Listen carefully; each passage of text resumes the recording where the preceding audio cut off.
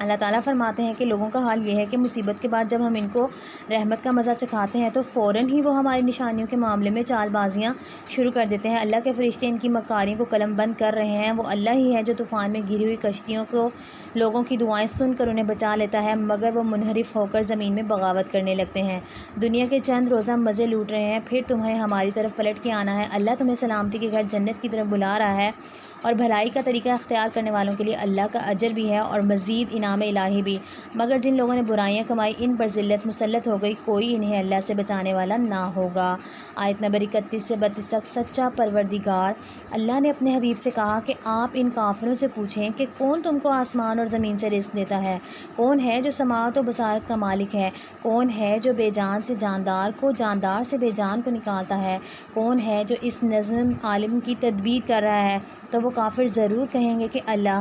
پھر اپنے حبیب سے اللہ تعالیٰ کہتے ہیں کہ آپ ان سے کہہ دیجئے کہ تم حقیقت کے خلاف چلنے سے پرہیز کیوں نہیں کرتے؟ تم تقوی اختیار کیوں نہیں کرتے؟ بس یہی تمہارا سچا پروردگار ہے۔ آیت نمبر 34 سے لے کر 35 تک تخلیق و رہنمائی کے بارے میں ہے۔ آیت نمبر 37 سے لے کر 38 تک قرآن انسانی تخلیق نہیں۔ اللہ تعالیٰ فرماتے ہیں کہ یہ قرآن وہ چیز نہیں جو اللہ کی وحی و تعلیم کے بغیر تصنیف کر لیا جائے، بلکہ یہ تو جو کچھ پہلے آ چکا ہے اس کی تصدیق اور الکتاب کی تفصیل ہے۔ آیت نمبر 45 سے 46 تک دنیا اور آخرت کی زندگی کے بارے میں ہے۔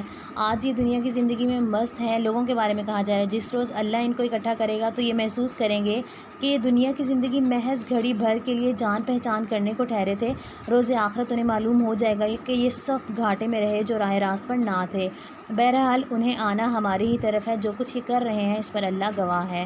آیت نمبر 49 سے 51 تک ہر امت کے لیے عذاب کا ایک وقت ہے۔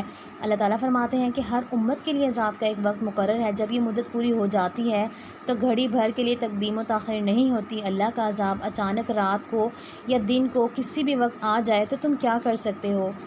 یعنی کہ کبھی تم نے سوچا ہے کہ اچانک اللہ کا عذاب آئے گا تو کیا ہوگا؟ آیت نمبر 54 سے 56 تک اللہ کے عذاب سے کوئی بچ نہیں سکتا۔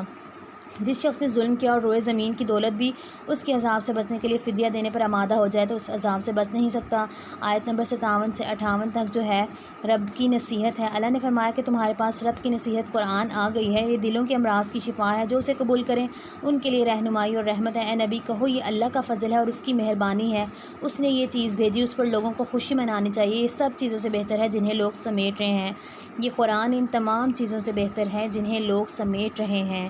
اس کے بعد یہاں قرآن پاک کے 5 اوصاف بیان ہوئے ہیں، یعنی قرآن برائیوں سے بچنے کے لیے نصیحت ہے، اور دوسرے نمبر پر امراض قلب کے لیے نسخہ شفا ہے، تیسرے نمبر پہ پیروی کرنے والوں کے لیے ہدایت و رہنما ہے، چوتھے نمبر پر اپنے ماننے والوں کے لیے دنیا و آخرت میں رحمت الہی کا راستہ ہے، اور پانچویں نمبر پر دنیا کی سب چیزوں سے بہتر اور بے مثال ہے بے شک۔ اس کے بعد آیت نمبر 61 سے 64 تک ہر چیز اللہ کی نظر میں ہے۔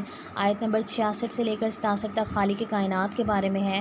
آیت نمبر 68 سے لے کر 69 تک جو ہے وہ جھوٹے افطراء کے بارے میں ہے۔ اللہ فرماتے ہیں کہ لوگ کہتے ہیں کہ اللہ نے کسی کو بیٹا بنا لیا۔ سبحان اللہ، اللہ ہر عیب سے پاک ہیں، وہ تو بے نیاز ہیں۔ آسمان اور زمین میں جو کچھ ہے سب اس کی ملکیت ہے۔ اے محمد کہہ دو جو لوگ اللہ پر جھوٹے افطراء یعنی کہ جھوٹے بہتان لگاتے ہیں وہ ہرگز فلاح نہیں پائیں گے۔ اس کے بعد آیت نمبر 71 سے 73 تک قصہ نوح ہے۔ اللہ نے پاک نبی کو حکم دیا، یہ حضرت نوح علیہ السلام کا قصہ میں آپ لوگوں کو سنا رہی ہوں کہ جناب نوح کا قصہ جو ہے وہ سناؤ۔ اللہ نے حضرت محمد صلی اللہ علیہ وسلم کو حکم دیا کہ وہ حضرت نوح کا قصہ سنائیں۔ حضرت نوح اپنی قوم کے درمیان رہ کر انہیں اللہ کی آیات سنا کر خواب غفلت سے بیدار کرنا چاہتے تھے، اور ان کو بتایا کہ تم میرے خلاف جو چاہے کرو، میں اپنی اس تبلیغ کے کام سے باز نہ آؤں گا، میں کسی اجر کا طالب ہوں، میرا اجر تو اللہ کے ذمہ ہے، اور مجھے حکم دیا گیا ہے کہ خواہ کوئی مانے یا نہ مانے میں خود مسلم بن کر رہوں گا۔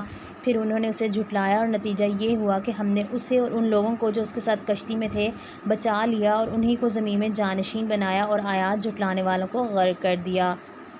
اس کے بعد حضرت موسیٰ علیہ السلام کا قصہ ہے جو کہ ہم نے پہلے بھی 10 پاروں میں بہت بار پڑھا ہے، تو یہ ابھی یہاں پر نہیں میں آپ لوگوں کو بتاؤں گی، ویڈیو زیادہ لمبی ہو جائے گی۔ قصہ جو ہے وہ حضرت یونس علیہ السلام کا ہے، قوم یونس کا قصہ میں یہاں پہ آپ کو بتا دیتی ہوں۔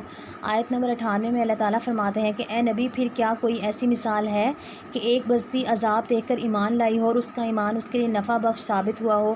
یونس کی قوم کے سوا اس کی کوئی مثال نہیں ملتی۔ وہ قوم جب ایمان لے آئی تھی تو ہم نے اس پر سے دنیا کی زندگی کا عذاب ٹال دیا تھا اور اس کو ایک مدت تک زندگی سے بہرہ مند ہونے کا موقع دیا تھا۔ اور اس کا خلاصہ یہ ہے کہ جناب یونس کا بائبل میں نام یونا ہے۔ ان کا معاصرہ اسرائیلی بادشاہ یربعام تھا۔ ان کو عراق کے اشورا لوگوں کی ہدایت کے لیے بھیجا گیا۔ مفسرین نے لکھا ہے کہ حضرت یونس 7 سال تک تبلیغ کرتے رہے مگر بے سود۔ جناب یونس نے تنگ آ کر ان کو آگاہ کیا کہ اگر وہ باز نہ آئے تو 3 دن کے اندر سخت عذاب آنے والا ہے۔ تیسری شب جناب یونس بستی سے چلے گئے۔ صبح ہوتے ہی عذاب کے آثار نظر آنے لگے۔ ہر طرف سیاہ بادل چھا گئے جو ان کی چھتوں تک پہنچ گئے۔ تب سب لوگوں نے اپنی عورتوں، بچوں بلکہ مال مویشی لے کر بھی جنگل میں نکل آئے اور سچے دل سے اللہ سے اجتماعی توبہ کی اور پھر اللہ نے انہیں معاف کر دیا۔ عذاب ٹل گیا اور جب یہ قوم ایمان لے آئی تو ایک مدت تک اس کے افراد پرمسرت زندگی بسر کرتے رہے۔ ان کے عروج کا اندازہ اس بات سے ہوتا ہے کہ ان کا دارالسلطنت نینوا 60 میل تک پھیلا ہوا تھا جو موجودہ شہر موصل کے نزدیک ہے۔ تقریباً 200 سال کی پرمسرت زندگی کے بعد 612 میں میڈیا کے بادشاہ نے ان کے علاقے پر قبضہ کر لیا اور اشورا قوم اور ان کی سلطنت و تہذیب ہمیشہ کے لیے ختم ہو گئی۔ آگے آیت نمبر جو 11 ہے سورہ ہود شروع ہو جاتی ہے اللہ کی بندگی کے بارے میں۔ آیت نمبر 1 سے 5 میں جس میں اللہ تعالیٰ فرماتے ہیں کہ اللہ کی بندگی کرو، اسی سے معافی چاہو، اسی سے فضل مانگو، ہر ایک کو وہی فضل دیتا ہے، لیکن اگر تم منہ پھیرتے ہو تو میں تمہارے حق میں ایک بڑے ہولناک دن کے عذاب سے ڈرتا ہوں۔ اس صورت کا جو باقاعدہ خلاصہ ہے وہ ہم انشاءاللہ کل پارہ نمبر 12 میں دیکھیں گے۔ تو آج ہم جو ہے وہ 11ویں پارے کی تجوید دیکھ لیتے ہیں۔ ابھی تجوید جو ہے وہ میں سورہ توبہ کی کچھ آیات پڑھ رہی ہوں، تو اس سورت سے پہلے بسم اللہ نہیں پڑھنی چاہیے۔ کل میں نے آپ کو بتایا تھا تو اس لیے بسم اللہ نہیں پڑھیں گے۔ تجوید سٹارٹ کرتے ہیں۔ لقد جاءکم رسول من انفسکم عزیز علیہ ما عنتم حریص علیکم بالمؤمنین رؤوف رحیم وَإِن تَوَلُّوا فَقُلْ حَسْبِيَ اللَّهُ لَا إِلَٰهَ إِلَّا هُوَ عَلَيْهِ تَوَكَّلْتُ وَهُوَ رَبُّ الْعَرْشِ الْعَظِيمِ۔ ترجمہ اس کا، تمہارے پاس ایک ایسے پیغمبر تشریف لائے ہیں جو تمہارے جنس سے ہیں، جن کو تمہاری مسجد کی بابت نہایت گراں گزرتی ہے، جو تمہاری منفعت کے بڑے خواہش مند ہیں اور ایمانداروں کے ساتھ بڑے ہی شفیق اور مہربان ہیں۔ پھر اگر روگردانی کریں تو آپ کہہ دیجئے کہ میرے لیے اللہ تعالیٰ کافی ہے، اس کے سوا کوئی معبود کے لائق نہیں، میں نے اسی پہ بھروسہ کر لیا اور وہ بڑے بھاری عرش کا مالک ہے۔ تو یہ اس کی تجوید تھی۔ اب ہم اس کی جو دعا ہے وہ دیکھ لیتے ہیں۔